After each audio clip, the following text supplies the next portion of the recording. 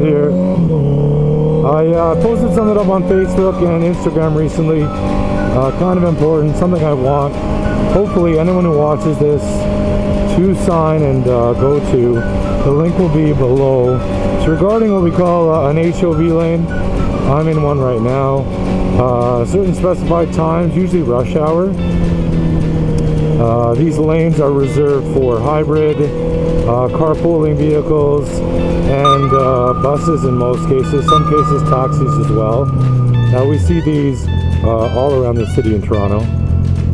We do on the highway as well see them, but the problem is these lanes typically do not include motorcycles.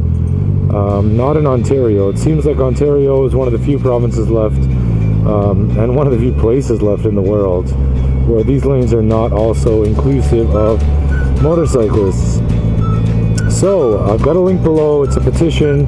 It had nearly some 2,800 signed folks that had already signed it. Until I recently posted, we've got over 3,000 now. I'm pushing for, I believe it's 5,000, and they will be putting it forward to some of our government officials here. Now the reason for these lanes is primarily to reduce congestion, and in that vein, promote carpooling. So it's a lane that's was initially, I believe, reserved for buses and carpooling. That's 2 or more in a car.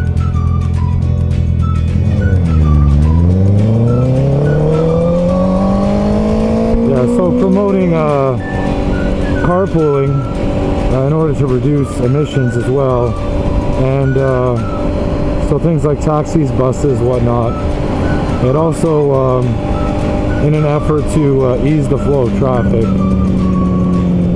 So research has shown, and a lot of the rider training encourages riders to stick to the far left or the far right lanes, being the safest lanes of travel. Obviously you have less cars cutting in front of you. And it's the irony being that on those highways that we have, where motorcyclists are not allowed in the lane, that removes the left-hand-most lane from our path of travel, so we no longer have that option.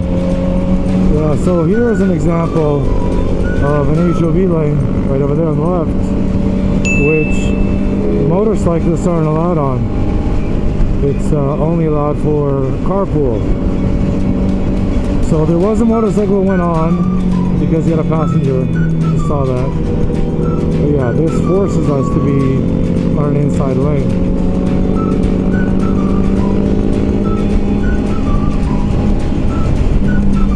So I'm just hoping to promote the petition, seeing if we can get some affirmative action on this. Again, like I said, link will be below. Click that link and show your support. It asks for some info. All that info is kept confidential, and you can sign on and get us to pass some of the legislation required to ensure that we can get use of these lanes and ultimately ride safer. Thanks.